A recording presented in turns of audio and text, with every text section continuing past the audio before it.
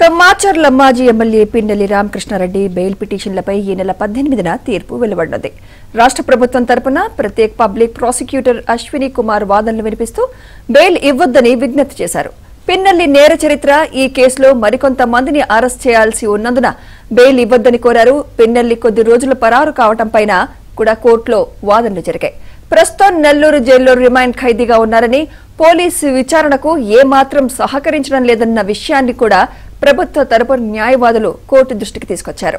Police custody విచారణ వివరాల్ని court ముందుంచారు. ఈ కేసులో విచారణ ఇంకా జరగాల్సి ఉన్నందున ఈ నెల 18కి తీర్పు వాయిదా వేస్తూ న్యాయమూర్తి శరత్ బాబు ఆదేశాలు జారీ చేశారు.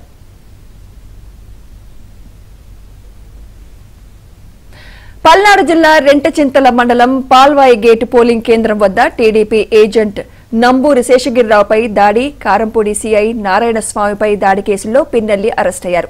ప్రస్తుతం ఆయన నెల్లూరు జైల్లో రిమాండ్ ఖైదీగా ఉన్నారు.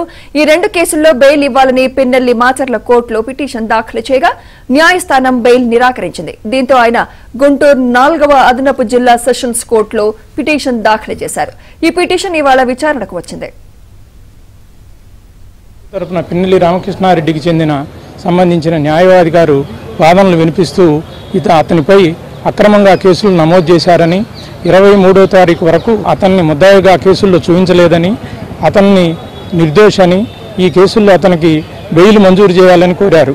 దీనికి ప్రతిగా హైకోర్టు రాష్ట్ర ప్రభుత్వం అశ్విని కుమార్ గారిని ప్రత్యేక పబ్లిక్ ప్రాసిక్యూటర్గా ఈ కేసుల్లో నియమించారు.